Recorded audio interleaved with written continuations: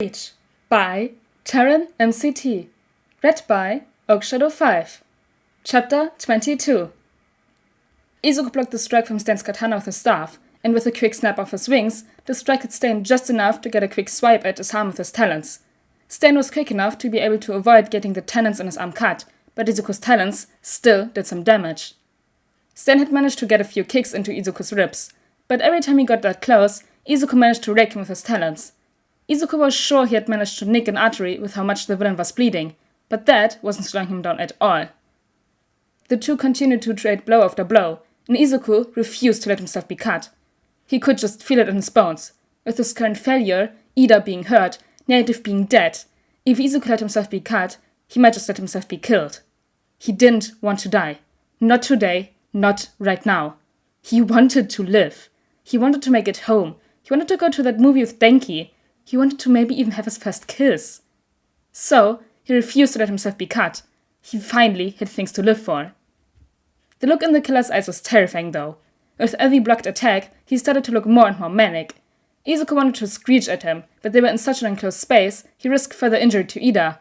But he needed just a second of breathing room. A small screech wouldn't hurt, right? He let loose one of the most mild screeches he could, and the acoustics of the alleyway amplified the sound and Stan stumbled back, clutching at his ears and giving Izuku the break he needed to get a solid hit on Stan's head, dropping him instantly. Not wasting any time, Izuku clicked on his communicator to call Shota and started using his zip ties to cuff the villain. Eraser, I found Tanya. He was being attacked by Stan. He needs immediate medical. Here's my location. God damn it, problem child. Shota muttered back. Okay, I'll get medical sent out, and I'm on my way with Hypnos. You might want to leave Hypnos behind. He hesitated. Pro-Hero Native didn't survive the meeting with Stan.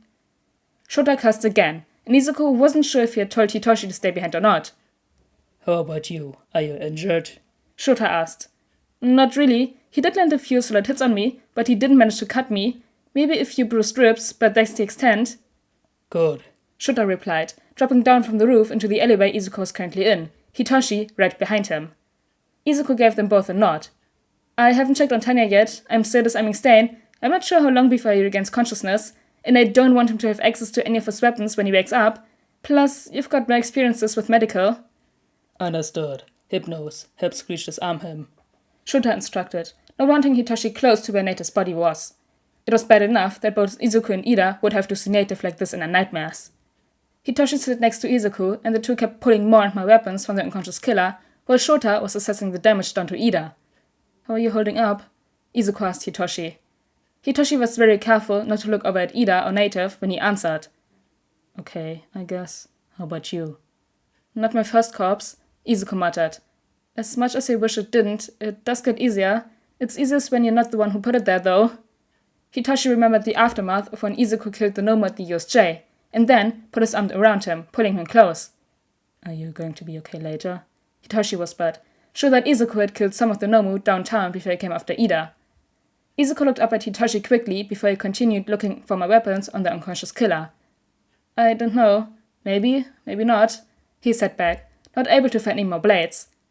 Don't be surprised if I cling to you or dead tonight. Izuku and Hitoshi were sitting in the waiting room with Shota nearby, leaning back in his chair and attempting to nap. Izuku had heard how the EMTs were reacting to Ida's arm, and from what they were saying, it didn't seem as though Ida would be able to keep his arm. As soon as Izuku had heard that, he begged Shota to let him stay until they found out for sure about Ida's condition. Shota reluctantly agreed, knowing that he'd have to call Tensei once he had more information. When they had first gotten to the hospital, Shota had been on the phone with the police chief, and from what Izuku could hear, the chief was trying to get the credit for both the incident with all of the Nomu and with Stan given to Endeavor, since it wasn't possible for a student to have been able to do as much as Izuku had done. But Shota was adamant that Izuku had really been the one to defeat both the Nomus and Stan. The chief only relented when Shota threatened to have Nezu pull up security footage from the city to prove that a student truly did achieve what he had said he had. But then, the chief had started speaking about how he should be arrested for vigilantism, since he didn't have permission to use his quirk in public, which Shota again shot down, as he had been careful to make sure Izuku did indeed have permission to use his quirk to both assist in the defeat of the Nomu and to protect Ida. Ida, however, would be punished for his actions. Regardless of his medical outcome, he would have a mark of vigilantism on his record. Shota had called up Nezu and asked if they'd be able to enroll Ida in the Vigilante reform program to get the black mark removed from his record, and Nezu had said it would be up to Ida himself. If he wanted to try to make amends for his actions, then Nezu would see about getting him enrolled in the program, but if he decided to give up on heroics, then he would be transferred to general education. Izuku took Hitoshi's hand and started absently playing with his fingers. He was starting to get really impatient about waiting for Ida's condition. He could remember seeing Stain twist the knife that was lodged deeply in Ida's arm above the elbow, in a large and bleeding gash in Ida's lower leg. Izuku had started making impatient chirps by the time the doctor finally came out to talk to Shota. Technically, Izuku and Hitoshi weren't supposed to hear what the doctor was saying, but Shota purposely didn't walk too far away from the boys. Close enough for Izuku to still hear what the doctor was saying, but far enough for the doctor to think they were speaking privately.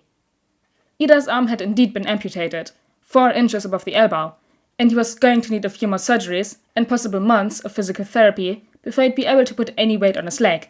He was not expected to be able to use the engine in his left leg ever again.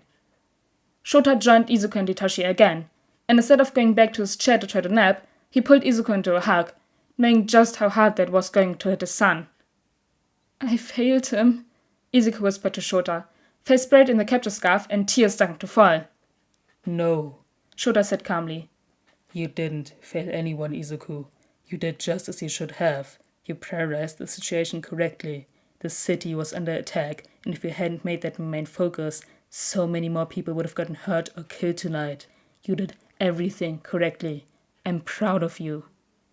"But Ida won't be able to be a hero anymore," Izuku managed to say through his tears. Shota ran his fingers through Izuku's hair in a soothing motion. "I know, Izuku. I know. But as callous as it sounds, that is his own doing. He knew the city was under attack, and instead of doing his duty, accompanying his mentor to see where he could help most, he chose to seek out a battle he had no hope of winning." "If I had just stayed with him..." Shota tapped him sharply on the head, causing him to chirp in surprise. "You acted correctly, Izuku. Don't doubt your actions. You're on your way to being an amazing hero, but not even you can be in 2 places at once. You were where you needed to be most, and you managed to reach Ida in time to save his life. That is all that we can ask of you." Shota tilted Izuku's head up so he could look him in the eyes. "You did everything you possibly could in this situation. Ida is alive, and that is thanks to you." "Okay." Izuku buried his face back in Shota's capture scarf, but his tears had stopped falling. Tenya stared at the stump where his arm had once been. He should be dead. If it wasn't for Midori's interference, Tenya would be dead. He wasn't sure how he felt about this. He had let his brother down. He had let his family down. The name of Ingenium would die now, no longer having a hero to be tied to it. The doctor told him that his left engine was going to be useless from here on out, and he'd likely not be able to walk for months, at the bare minimum. Tensei was going to be so disappointed in him. UA student intern instrumental in protecting Hosu City. Thursday evening, Hosu City came under attack by creatures created by the League of Villains. These creatures were causing serious damage to the city and were attacking the civilians as well as the heroes. While some of the heroes on scene, such as Endeavor, were able to handle the creatures on their own, others were not as fortunate. These creatures were extremely durable to most attacks that were aimed their way. Fortunately, these creatures were not able to stand up to the UA student intern who dropped from the sky almost as though sent from the gods. The student, who was aiming for a career in the underground heroics field, so will remain nameless, has an avian quirk and was able to attack these creatures from above where they seem to be weakest. Bakugo Katsuki angrily clicked out of the article. That damn, useless fucking Deku! How dare he show up Katsuki like this? First, he has the balls to get into UA when Katsuki fucking told him not to apply. And then, he goes and throws Katsuki out the goddamn building and gets him expelled. Now, Katsuki is back in the Aldera school system, and he's become the laughingstock of the entire fucking neighborhood. He was supposed to be the one who got out of that hellhole and made something of himself. But no, thanks to Deku, UA put a fucking black mark on his records, so none of the other hero schools would accept him. Shiketsu wouldn't take him, Ketsubetsu wouldn't take him, not even that lame as Seijin would take him. And it was all Deku's fault. Growling, Katsuki opened the next article from the day before. UA student responsible for arrest of hero killer Stain. Thursday evening, while Hoso City was under attack, hero killer Stain, known for his murder of 17, recently updated to 18, non-pro heroes, and crippling 24 others to the point of being unable to make a full recovery, was apprehended by a UA student with an arrow quirk. While the city was recovering from an attack from a League of Villains, the hero killer was hunting for a victim. Sadly, while pro hero Native was killed in action, a UA student managed to disarm the killer, Katsuki, raging, through his computer monitor across the room. Fucking Deku again! Well, that was one hell of a chapter. The conclusion to the Stain fight. And yes, Ida did get his arm amputated. It was predictable. And also the last part with Bakugo, him reading the 2 articles about Izuku saving Hoso and Ida, and him just freaking out and blaming Izuku for not being able to become a hero. Oh, that was so good. I'm so excited for where Bakugo's character is going in this fanfiction.